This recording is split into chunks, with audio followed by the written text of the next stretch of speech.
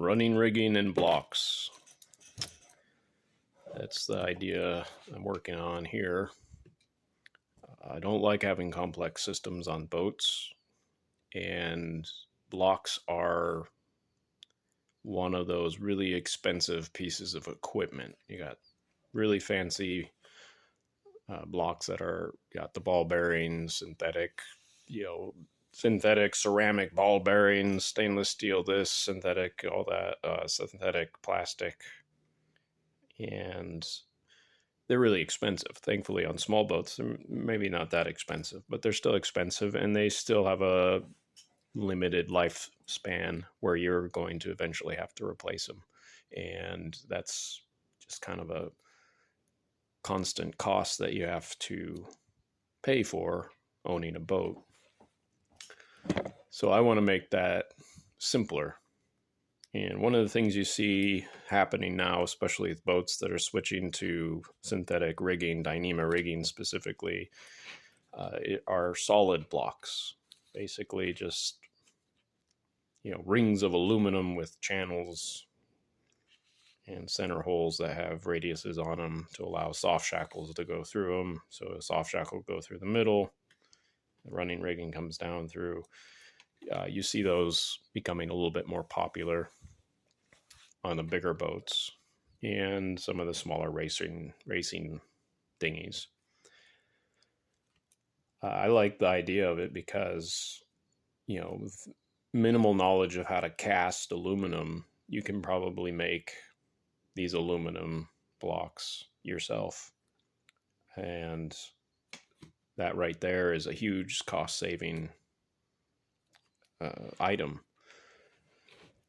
And I learned from off-road vehicle recovery companies that are starting to switch to synthetic Dyneema tow lines, winch lines, and they're switching to solid blocks as well.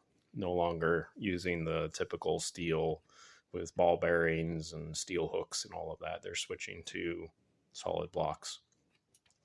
And one of the things I learned from that is most sailboat solid blocks that you see, they have the hole centered.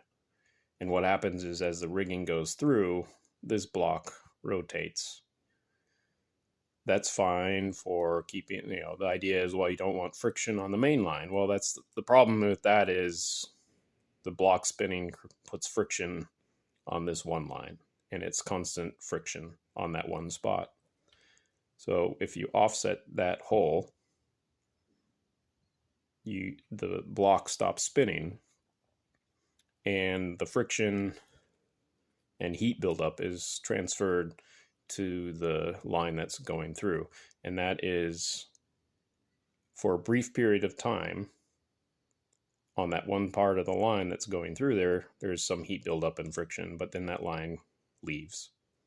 And so you never have a single point taking up all the heat and friction all the time.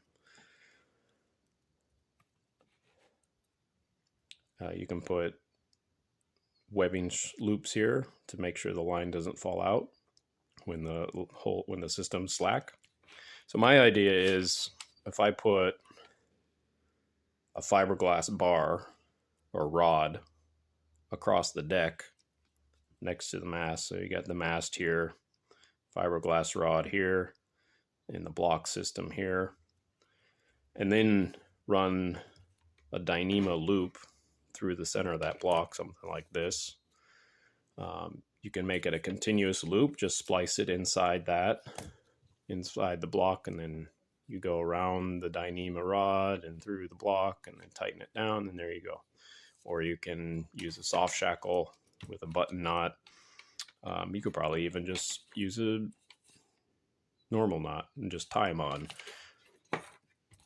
So I'm running a junk rig on my boat, and from what I can figure out, I'll have to have at least 4 blocks on this side of the mast. And so I can put a fiberglass rod. I was thinking about G11 rod, but honestly, on a small boat like this, if you look at, 1.5 inch fiberglass rod. Those things are still pretty robust. So I have a feeling that G11 might just be overkill, and for the price, it might not be worth it. And for the price, if you want more strength, going up in size in a fiberglass rod would probably be better off. So here you go. So you got the bar going across the top of the cabin top. You got your blocks here, running rigging coming down here. Obviously, they won't be this big. They'll be a lot smaller. I just can't draw that small and the details still be legible. So the way you'd put that bar on the cabin top is, I'd plan on using Sven Irwin's method of, so you'd glass over the block of probably Divinity cell that the bar is running through. You glass it over and then run lines like rope or even rolled up. I think I can do rolled up boat cloth fiberglass soaked in epoxy, and you put them through holes in the deck. So this would be the deck, and you'd put it down in, run it, splice it out, epoxy it in place, put a fiberglass patches over that so that these points, this rope or fiberglass, rolled fiberglass, is taking the load, and it isn't just the fiberglass on the outside of the foam block, the Vinicel block, that's taking the load. It'll also be these points. You can see, so fiberglass rod, then the Dyneema loop, and then your block. I think this is going to be a very suitable method that will work. So for my boat, so you got the mast, you got the fiberglass rod going across, got the running rigging coming down to these solid blocks. I plan on putting a hatch here, so they'll come down the side and come down here, and then to cleats right there. That's a good thing about junk rigs, is especially on small boats, is you really don't need winches. You just need cleats. And I got a few other ideas I might put in future videos to deal with replacement to a complex winch. So we'll see.